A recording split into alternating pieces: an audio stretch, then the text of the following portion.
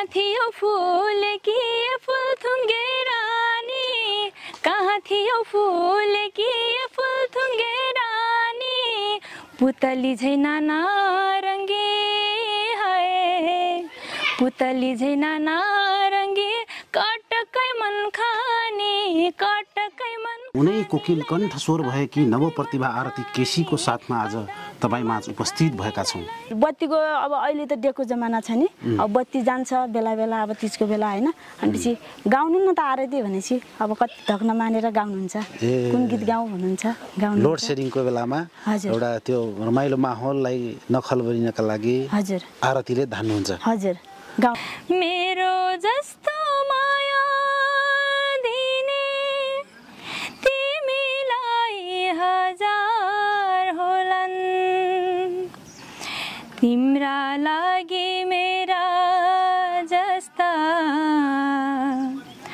हजार हजार मुटु रोलान्, जसलाई आफ्नो सम्झेको थिए उही बिरानो भयो अहिले, कसैलाई माया गर्नु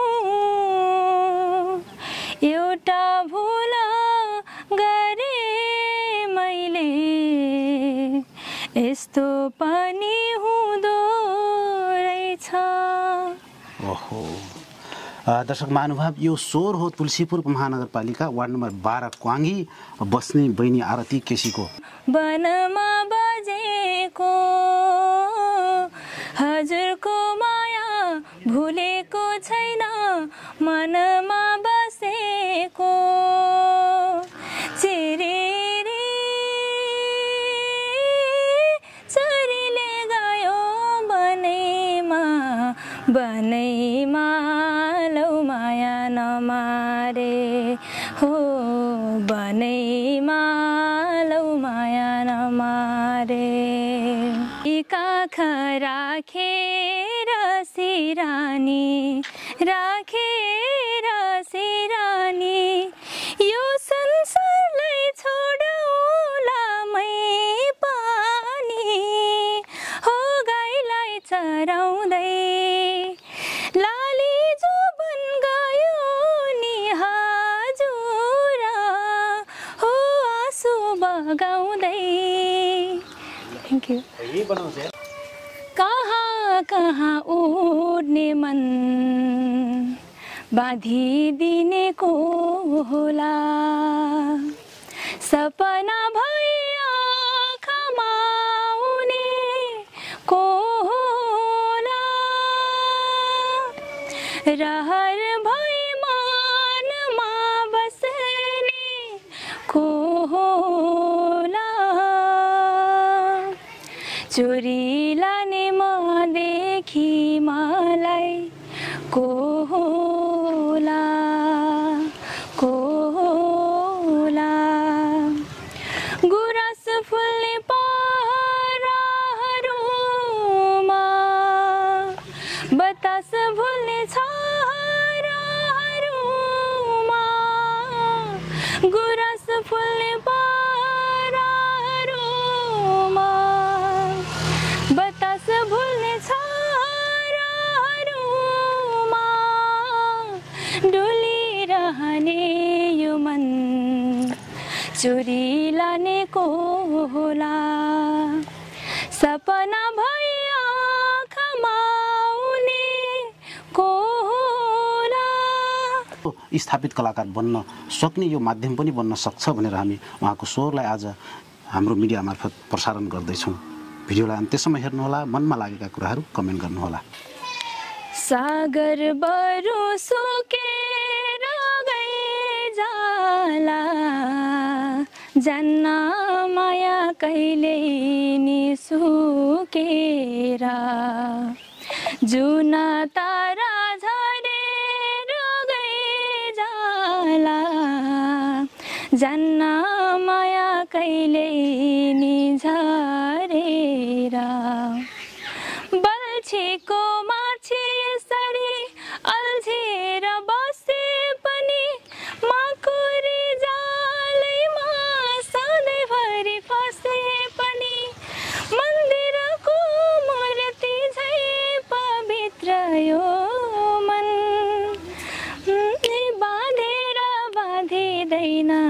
कहिले पनि सागर बरु सुकेर गइजाला जान्न माया कहिले नि सुकेर।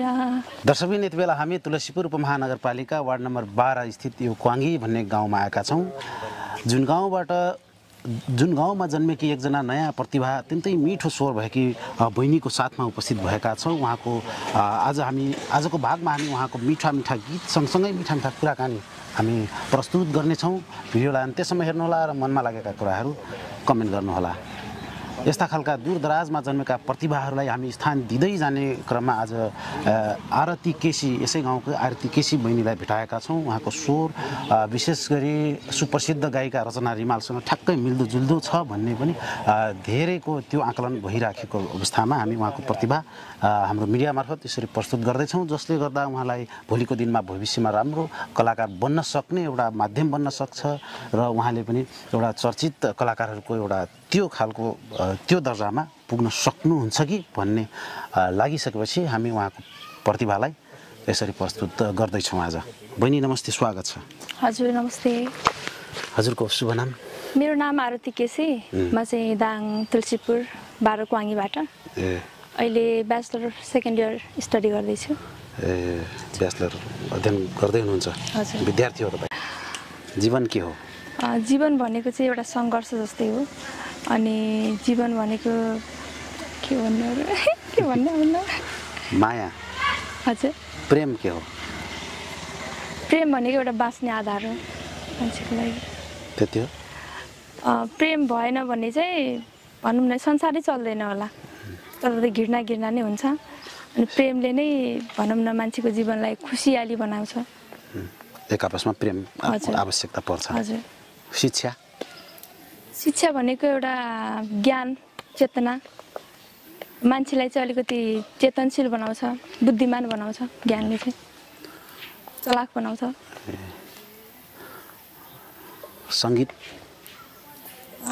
भनेको माया साँचो ठान्ने एउटा पागल दिल थियो, पागल दिललाई तिमी बिना धड्किन मुस्किल थियो। झुटो माया साँचो ठान्ने एउटा पागल दिल थियो, पागल दिललाई तिमी बिना धड्किन मुस्किल थियो। मुसुक्क हाँसे पछाडिबाट पिठ्यौमा छुराहान्यौ, सल्लाह गरेर टाढ्नु पर्ने हल्ला गरेर छाड्यौ, सल्लाह गरेर टाढ्नु पर्ने हल्ला गरेर छाड्यौ। कतै क्लास लिएको स्वर हो कि ईश्वरको वरदान हो? होइन, अब त्यस्तो क्लास चाहिँ लिएको छैन, त्यतिकै यस्तै ईश्वरको वरदान हो। खै अब कसरी लिनुहुन्छ तपाईँ? दर्शक महानुभावहरूलाई तपाईँको भनाइ के छ तपाईँको तर्फबाट? भर्खरै उदाउँदै गरेकी एकजना प्रतिभा होइन, दर्शकहरूलाई भन्नुहोस् त। नमस्ते सबैजनामा, म चाहिँ आरती केसी। यो चाहिँ मेरो तेस्रो अन्तर्वार्ता हो। अब हजुरहरूलाई कस्तो लाग्छ मेरो यो भिडियो हेरिसके पछाडि? अब राम्रो लाग्छ भने साथ सपोर्ट दिनुहोला। यदि मन परेन भने, केही कमी कमजोरी छ भने मलाई सुधार्ने मौका दिनुहोला र कमेन्ट मार्फत जानकारी गराउनुहोला। र आगामी दिनहरूमा पनि यस्तै साथ सपोर्ट दिनुहोला भन्न चाहन्छु। Thank you. ल, सङ्गीतमा तपाईँको स्वरमा एउटा क्षमता छ, सम्भावना छ।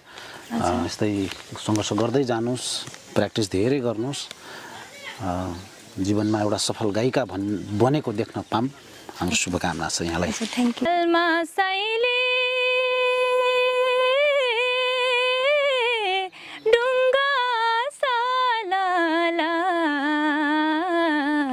सम्झनामा तिम्रो तस्बिरै झलला, सेती नदी सैली बगसला, सम्झनामा तिम्रो तस्बिरै झलला।